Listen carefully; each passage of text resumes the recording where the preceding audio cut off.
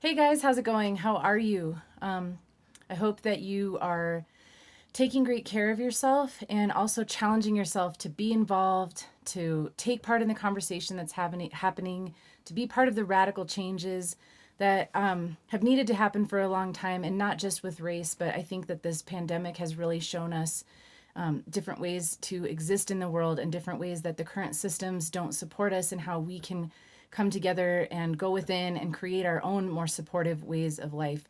And for those of you who are really struggling and hurting during this time, I see you and I feel for you, and I just want to honor and name that as well. And that's why really taking time to tend to yourself and doing like what is best for you in this time is super important. And it just, there's like this paradoxical thing that's going on, and that's going to be a big part of what I'm talking about today, where we're trying to hold both and, or the yes and of like, how do I take care of myself and show up for others? How do I go within and see what I need and like hunker down and do what I got to do and step up into this time where I'm being called to action and where I'm being called to help see that there's more justice in the world, and what's my role in this? And we all have different roles and parts and gifts in this. And I just want to see you taking part as best you can. And if I can support that in any way, please let me know. It's a great time to be coached. I'm getting coached myself, have been for a long time, and it's done wonders. I am offering one on one guidance or mentorship, coaching, if you will. So feel free to reach out to me at amandagoldmakesart@gmail.com. You can email me, we can chat.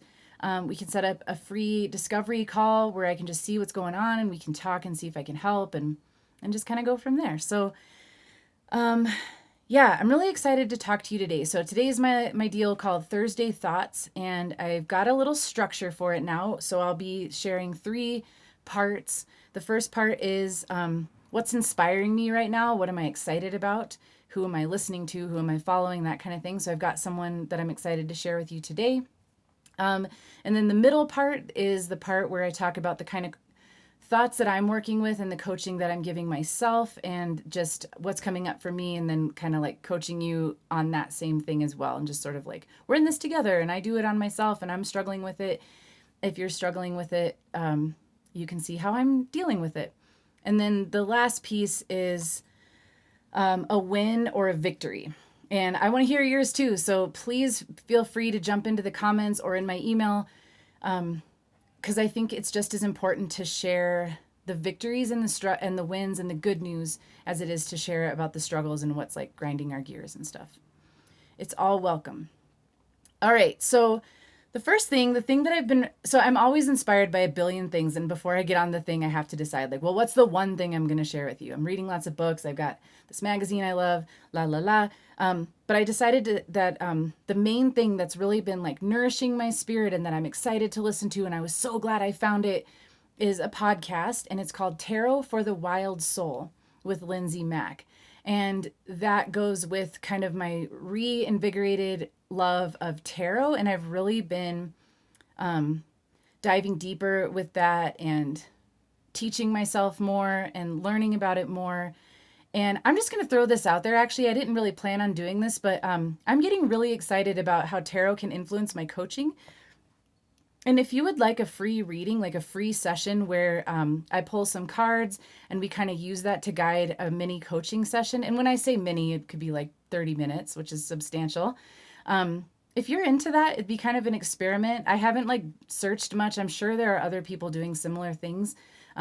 But I'm really feeling called to that, and I would love to try it out. So if you feel experimental and brave and want to try it out, let's do it. Email me, amandagoldmakesart@gmail.com. Okay, anyways, so that's what's got me really jazzed. I'm really spending a lot of time with my tarot decks. Loving this podcast. Lindsay Mack, Tarot for the Wild Soul. She is blowing my fucking mind. Like, I can't get enough of her podcast. She's so soothing. She's so inclusive. She knows her shit. Like, just about social issues, about she talks about PTSD and using the tarot for healing from that stuff. And I just really like her whole stance around it. Like, there's no wrong way to do it. It's all very intuitive. And at the same time, she's very masterful and expert at it. And she's also got a couple interviews on there. Well, probably a lot. I've just started digging into her podcast recently. But those have been really great too. So it's just, I'm really loving it. So check it out if that's your jam. All right. So the coaching thing, what am I thinking about sharing? So I've just been really interested in getting back into my own anti-racist work and dealing with experiencing again, or like being confronted by / confronting angry white people. Angry white women is what I'm focusing on. This channel, who I'm here to help, and my primary audience is women who are in recovery, who are also creative or want to bring more creativity or art into their recovery, into their lives. And so I am going to connect this to stuff I've learned in recovery and how I think this relates to addiction, what I think anger can teach us, and this idea of, excuse me, being defensive, and what I've learned from that, and how I can get defensive in my own self and how I coach myself through that. So, yeah, I'm feeling very called to just speak out more about the urgent need for active anti-racist work from white people. And it's a really hard pill for a lot of white people to swallow, this idea that we live in a white supremacist country. We live in government sanctioned, systems supported racism. It's a racist culture. It's a racist world. This country was founded on racist practices, and it is still actively going on.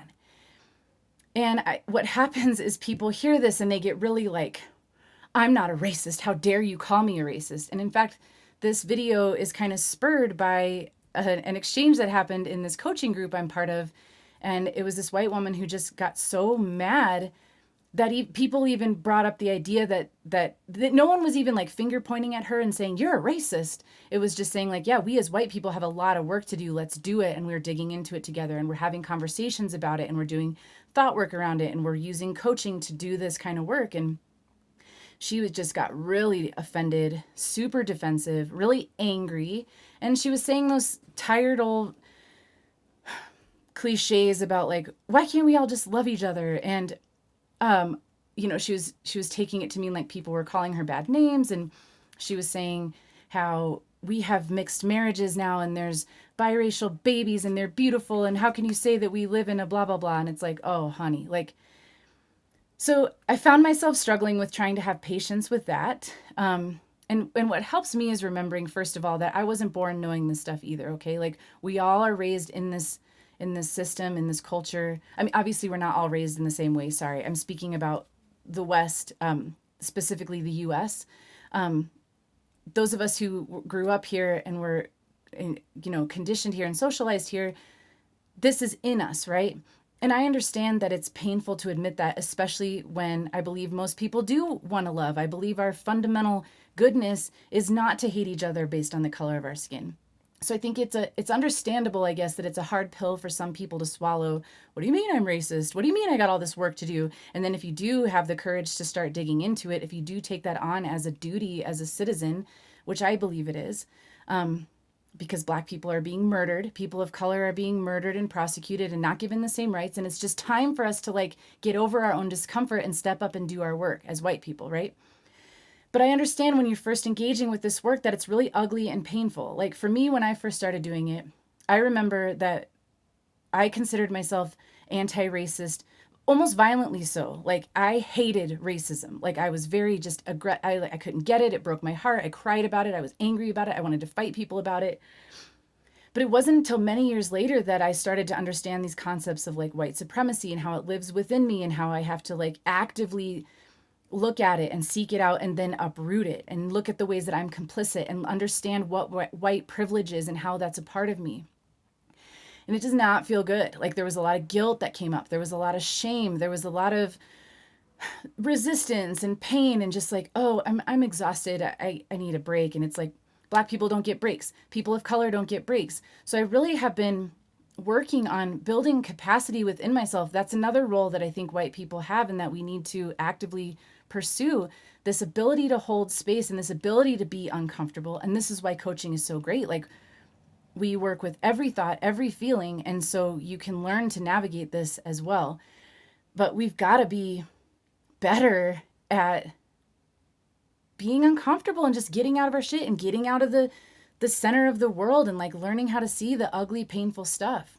And the way that I want to tie this to addiction is how there's two things. So one, this paradox, these beautiful paradoxes that exist. So, God, what am I trying to say? I apologize. Being in a recovery program, the first step taught me about my powerlessness over alcohol. And I fought and kicked against that for a while. But as soon as I surrendered to that, as soon as I admitted like complete defeat, like I cannot fucking drink, like I have this disease, it is a craving, it is an obsession, and I have to admit that it has kicked my ass and beyond human aid, and I have to have spiritual help. Once I did that, suddenly my power came, my own power, and this power from something greater than myself that kept me from drinking day after day after day until it's been over 6 years. And this is from someone who was an around-the-clock drinker and drug user who had been drinking and using for over 16 years and had just resigned myself to an alcoholic death. Like I couldn't even imagine being sober. I couldn't walk past a liquor store. I couldn't not have it. And now I'm sober over 6 years. That's something bigger than me. That's fucking powerful. And that power came when I admitted powerlessness. And same thing with love. Like if we're thinking about our anti-racist work and how these uncomfortable feelings come up, sometimes, I've heard it said, I think Marianne Williamson said about how love, and this is in the Course in Miracles too, which she teaches, love calls out everything that's not like itself. And so that's why sometimes when we're really letting love come into our lives, it's like hurts at first. And I've shared about this in other videos where being loved can actually be excruciating if you've had a heart that's been impacted by trauma, that's been intentionally shut down as a self-protective measure, and then you start to do that work of letting it open up and let people in and let people love you, let God love you, like let your self-worth shine, let your value shine. That stuff can feel so painful because it brings up all those old beliefs about your worthiness, about I don't deserve this, I'm afraid of it, what if it goes away, like all that old shit. But it's got to bring that old stuff up to heal it, and then you have all that space left to just be loved and to be loved and to go love other people, and it's so worth it, right? And so the same thing is like this paradox, like these paradoxes are so beautiful, and I feel like the answer is to just surrender to it. And this is where, like, if you find yourself being super defensive, if you find yourself getting really angry, any kind of like reaction, and I do this with my hands because that's what it is, right? Like it's a protective measure. Like I can't stand to hear that about myself. I can't stand to accept that about the world. There is where you want to get really fucking curious. And I learned this in my program as well when I was working with a certain sponsor. I mean, every good sponsor I've had, and they've all been good. At some point, I got angry, I got defensive, like, and I've learned finally, and I'm still learning, that sometimes the things that I got the most angry about were actually the most true about me. And actually there was a gift there if I could just sit with that and accept that, the thing I was angry about, if I could listen to it, if I could hear it, if I could just keep the door open a crack to just see, is this true? It fucking was. And not only that, there was a gift there. See, I think everything is love. Ultimately, even the shit that feels like shit, it's trying to bring us back to love somehow. And so for this woman who just got so angry about feeling like she was being called a racist and taking that so personally and just not even being able to handle it, that she left this group, this coaching group that we're all part of. It was the equivalent of like white women being in a difficult discussion about race who like burst into tears and run out the door. And I feel for her. At first I was mad and irritated, and I'm just like, we don't have fucking time for this anymore. Like the world is burning. Get your shit together. Do your work, you know? But at the same time, I'm like, I feel for you because you're missing out on this opportunity, and you're so afraid that you're being attacked, and you're afraid that it's going to mean something awful about you. And in reality, the more you keep running from this, the worse it's going to get, because on some level, you know that it needs to be addressed. We know that this systemic racism and this culturally sanctioned white supremacy, that does not feel good in us, and we know something's wrong, and we need to do the work to get it out. And it's difficult work, and it's a work of a lifetime, and it sucks. But it's necessary, and there is light, and there's love, and there's goodness underneath it. And then we have so much more space to support Black people, to support people of color, to actually be there for them, to be there for them and to help break these systems and structures down. And so I I understood why her reaction was to just fucking run. We all do this, right? Like, this is why coaching is so helpful, because we feel these ugly emotions, this negative emotion, and we think, I'm just going to run from it. But if you think about how much energy it takes to run and hide, and guess what? This thing you're running from, it is not going to go away. It's going to grow, and it's going to find a way to get your attention some other way.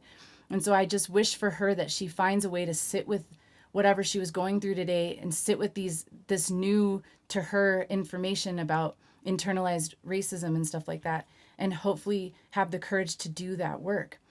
Again, to tie it back to recovery, I have had to look at some ugly truths about myself. I've had to relive a lot of painful moments in order to find my part in them. You know, when I was doing my amends and when I was making my inventory and all this stuff, there was a lot of like really painful, yucky stuff that I had spent years drinking and using about and running from and hiding from. And deciding to do that work of uprooting that was not easy, was not fun, but I knew that there was a better life on the other side. And that's all I really want for the world, right? I'm not here to like call anyone out just for the sake of like starting a fight or being better than anyone or like getting all the gold stars. Like, this is just, I'm tired of fucking looking at it, this racism. I'm tired of watching people suffer. I have a vision along with so many other people before me and with me for a better world. I know that we can do better collectively. And so this is just where I'm feeling called to like add my voice and to try to get people to join me. Like, you're not alone in this. I don't want to be part of anything that's just like pointing a finger and saying, you got to do this or else you're a shithead. Like, it's just like, no, I know that on the other side of this, we're all going to be happier and able to be in a peaceful world that is safe for everyone. And that's what I want for you and me and everyone. So thanks for listening. Hope that was helpful. And then to wrap it up with something a little more upbeat, positive, although really, I mean, I think this is all fundamentally positive. This is good news. That's that other paradox, right? Like, this might hurt now, but it's good fucking news what's on the other side of it. We're talking about deep healing and progress and growth. And those are very good and worth fighting for. So the thing that I'm jazzed about, the victory or the win, that's what this third part is. And then I'll let you go. I just want to say, like, it feels really good to have my activism alive within me again in a way that feels super sustainable. So I started out as an activist. I burned out hot and angry and depressed, and I fucking ran away from it. Like, I was like, I can't handle this. It's making me this. It's making me that. It's too much. And what I'm finding is I have so much energy for this fight now. And it's because I've been taking care of myself and I'm filling myself with joy. And now my cup is overflowing and I can be out in the streets and I can be on here talking about it and I can handle people's anger and I can handle the comments and I'm not going to fucking stop. And it just feels good. It feels like this stuff needs to be said and I'm happy to be a part of it. Yeah, if you've ever been burned out on a cause before, you'll know like, whoa, it feels so much better this way. Like fortifying myself in order to give, that feels amazing. And I wish that for you as well. So once again, if you want to work with me or even find out more about it, please send me an email at amandagoldmakesart@gmail.com. And again, if that tarot coaching situation sounded at all enticing, shoot me an email about that. I would be happy to give you a free session to just check that out and see what goes down. All right, so much love and care to you all. Thank you for watching, and I will see you Saturday with a new theme. Still haven't quite decided, but I bet you can guess what it's going to be. Bonus points if you guess. Pop it in the comments. All right, I'll talk to you soon. Bye.